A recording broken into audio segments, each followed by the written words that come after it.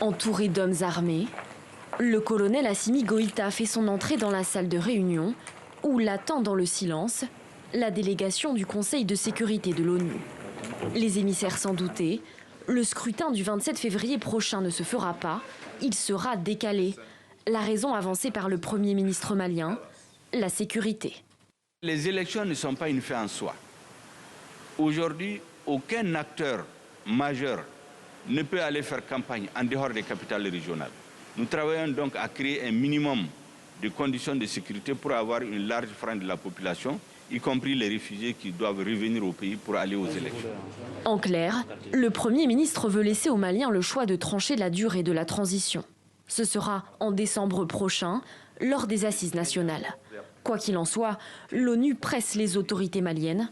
La délégation est venue avec un message clair, la nécessité d'organiser des élections au plus vite, d'appliquer les accords de paix de 2015 et de stabiliser le centre du pays.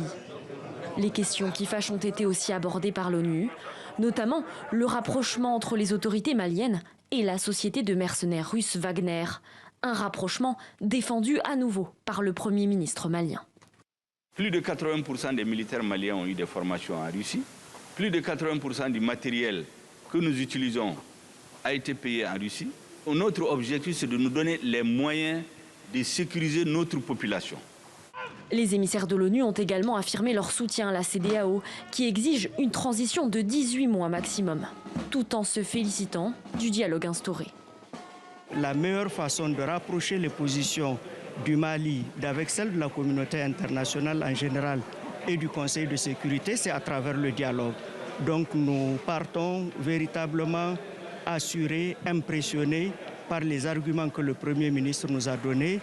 Après une visite de 2 jours, la délégation du Conseil de sécurité s'est rendue ce dimanche au Niger voisin.